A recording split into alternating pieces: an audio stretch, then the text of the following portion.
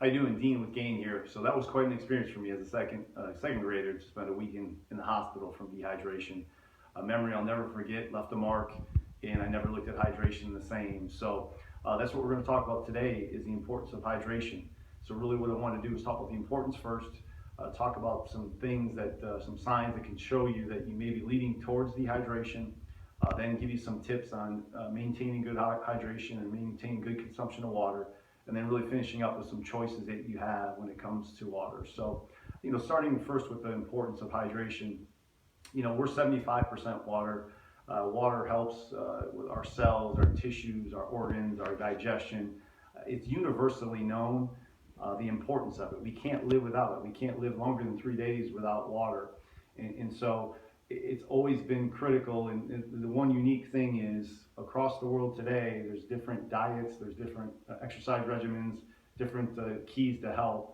But the one universal common denominator is the importance of water. And no matter where you are, when you grew up, when you're sick, people always say, hey, do you want some water? Do you have a glass of water? So I think it's pretty clear that everyone realizes the importance of water. So when you look at some potential dehydration signs, some things you want to avoid when it comes to consumption of water, the first thing is we lose it very easily, and we lose it in 4 different ways. You lose it through breathing, you lose it through sweating, and you lose it through using the restroom. So it's very easy to lose the water.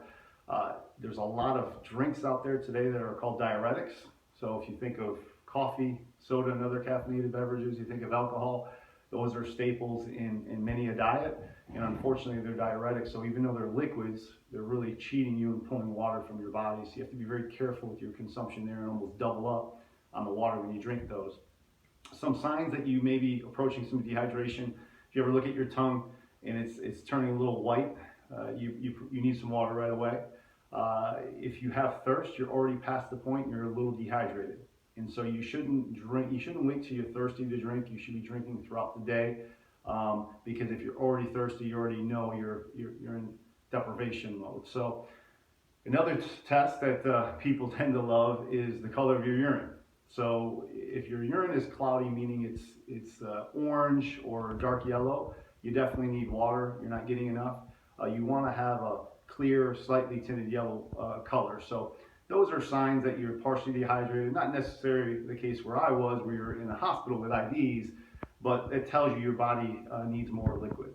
And so when you do consume the liquid, a couple tips that I think will help you out is, if you can, first thing in the morning, drink 2 8-ounce glasses right away. First thing you do, that's going to hit your cells and tissues and organs of your body. It's going to give you a nice pick-me-up and really get your day started right and get your joints lubricated up. So if you can, first thing in the morning, guzzle 2 glasses of 8 ounces to get you going on the right path. How much you should drink throughout the day, it's been a question everyone seems to have. And at rest, you really should have half your body weight in ounces. So if I'm a 200-pound male, I should have at least 100 ounces of water a day. Now that's just walking around. If you're doing training and heavy exercise, obviously you need that on top of that. And so, we live here in Florida, it's very, very hot. You just walk into the gym and you lose a lot of water. So a tip again is weigh yourself before your workout and then weigh yourself after. And the amount of weight you lost was water weight, so you need to replace that weight through drinking. So half your body weight in ounces plus the weight you lose throughout your workouts. And just as a point of reference, 128 ounces is a gallon. Just so you know where you fall along those lines there. So replacing water is key. What should you put your water in? The best container is glass. And if you have to have it in a plastic bottle, look for BPA-free plastic bottles. BPA is a chemical that is very harmful to your water. And most of the stores today sell BPA-free. But if you can get glass, and if you're worried about dropping it, a lot of stores today, again, have a glass where they encase it in rubber. So that's really what you should hold it into. Temperature, that's another big thing that comes up.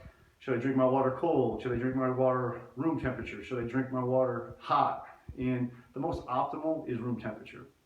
And the reason why is cold water is going to restrict your blood vessels in your stomach. And that slows your absorption and your digestion down. So it'd be optimal at room temperature, so your digestion is going to be at optimal speed and flow through. Now, if you're one that's got to have it ice cold or you're just not going to drink it, don't worry about it. It's not mission critical. In fact, some of you may end up drinking more because you think it tastes better. Room temperature for some is an acquired taste, but if you have an option, go room. If it's not an option, you got to go cold. Go cold. It's not that big a deal.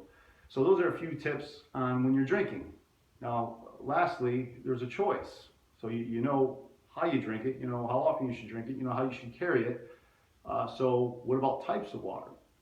And there's actually three main different types of water that people aren't aware of. The first is you drink it right out of your tap. Well, if you watch the news or you pay attention, you know that that's a dangerous endeavor nowadays. There's many more chemicals in our water than there ever was. Chlorine's at an all-time high. Fluoride, here in the United States, fluoride's the only, the United States is the only country that mandates that fluoride's in the water. And fluoride's a very, very, very dangerous chemical. You've got rust, you've got sediments, you've got pesticides ending up in the water. You've got narcotics. Through the flushing through the toilet system, we found a lot of narcotics in our water. So it's not really real safe drinking conditions with our tap water. So most people look and they say, hey, can we get a filter? What can we do? Some kind of filtration system. Maybe they do a reverse osmosis, which is good at filtering the garbage out. But the unfortunate thing is it takes all the healthy minerals out as well. So then the next step is some people say, well, scrap that, I'm going to get bottled water. But the problem is nothing is good that's been in plastic for months on end.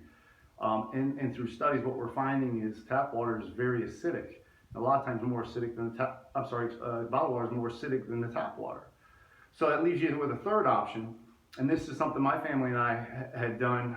We decided to do this 7 years ago. And it was one of the best decisions of our life, where we got access to water that was filtered. It was microclustered. It was antioxidative, and the pH level was higher. And it's a really great type of water where you can control those parameters. And you know, if you're interested in getting more information on that, click the link near the signature on the email, or you go to growthandimprovement.com under our hydration section. There's a whole tutorial. I'll take you through that. But it's definitely the best water on earth. I highly recommend it. But either way, whether you do it the way we do it or you choose your own water, hydration is key. Just remember that.